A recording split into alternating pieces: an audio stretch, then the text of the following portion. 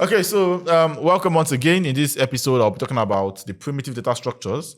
And like I said, data structures are fundamental to, anything data, programming, coding, application, software, user records, they are all some form of data. So I'm talking about the primitive data structures, and they are the primitive data structures because they are the building blocks of the more advanced data structure, or the more complex data structure, right? And for this, we have, I'm just going to mention 5 for the purpose of this course. And you can really think about it, and different people have different perspective around it, so there might be more. But 5 that you can start with to understand as a product manager, and the 5 are the integers, the floating point, the characters, the strings, and the Boolean, right? The integer, the floating point, character, strings, and Boolean. So taking it one by one, what are integers, right? So integers are just basically numbers, whole numbers without any fraction. So you have the 1, 2, 3, 4, 5, 6, 11, 12, 13, 21, 22, 23, 50, 100, 101, 102, 10,000, 10,001, 10,002, 10,003. But basically, you get the point. So integers are basically one number without fraction. It goes as long as infinity, right? Just 1 to the natural numbers. Those are integers. We're all familiar with integers, right? They are one of the basic. If 1, 2, 3, 4, 5, you learned it in primary school, secondary school, primary, kindergarten. Yeah, kindergarten. Next, we have the floating points, right? And floating points they're like integers, but they have decimal, right? So they are whole numbers with fraction, with decimal. And I just showed you, this is a screenshot of my bank statement, my SACPA bank statement here. You can see all the bank debits are always with floating points. Almost all bank transactions are floating points because that cent is very important. It stacks up to actually a good amount of money. So when you're dealing with financial transactions, you cannot be rounding up.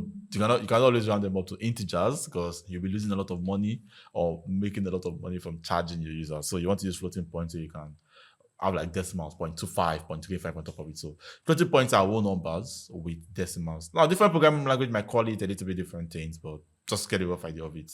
Then we have characters, and characters are single visual objects used to represent text numbers or symbols. They're just a single element. It could be a letter, an alphabet, A, B, C, D, E, F, G, H, I, J, K, L, M, N, P, Q, R, S, T, It could be a number, 1, 2, 3, 4, 5, 7, as a number, but not in the context of numbers. A number in the context of a character, a letter, right? So 1, 2, not the numbers.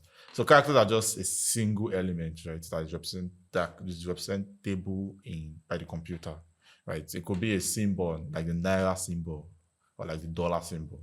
It could be a quotation mark. It could be a question mark. It could be a decimal. So these are all just characters.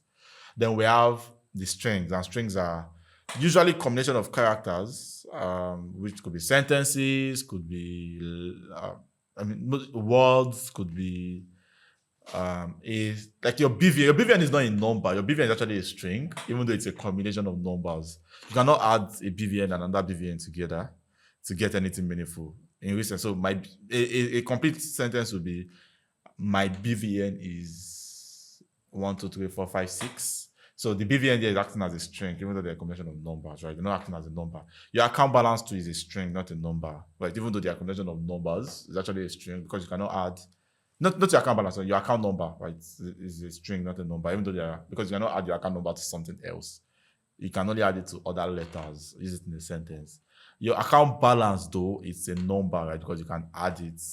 So it can also act as a string, but it can act as a number. So to get the vibe of it. So strings are just combination of characters, right? For an example would be hello world, right? That's a popular string. Almost everyone starts with hello world.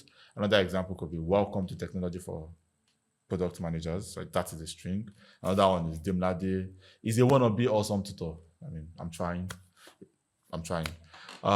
Then the last but not the least among the primitives, we have Boolean, right?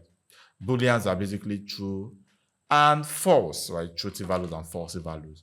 Computer usually represent this as 1s and 0. 1 starts for true, 0 starts for off, on and off. Like a light switch on, off, 1, 0, true, false, yin and yang, actually, not yin and yang, but 1, 0, true, false. You get the point, right? So those are Booleans. Depending on the programming language you're dealing with, some different other data types could be represented as true values or false values in conditional statements. We will talk more about this in the logical operators segment of this module. I'll just give you more context. It's not too deep, I'll give you more context on this. But different data type can be represented as different as truth or false value. For example, a 0, even though it's an integer, is a false value, right? So it's like false translated to false. A 1, even though it's an integer, is a truth value. An empty string, an empty quotation, right? Even though it's a string, it's a false value in JavaScript. Some other language is truth, but in JavaScript, it's a false value. But welcome to technology course. It's a string, it's a truth value because it contains character. You don't need to know too much about the details of this, but just to get a sense of it. Something that resolves to true is truthy, something that resolves to false is falsy. Overall, computer just thinks of true and false as Boolean characters. So that's the end of the primitive. There's a little puzzle for you to just play around with to match the data to the appropriate data structure. I created this specifically for you.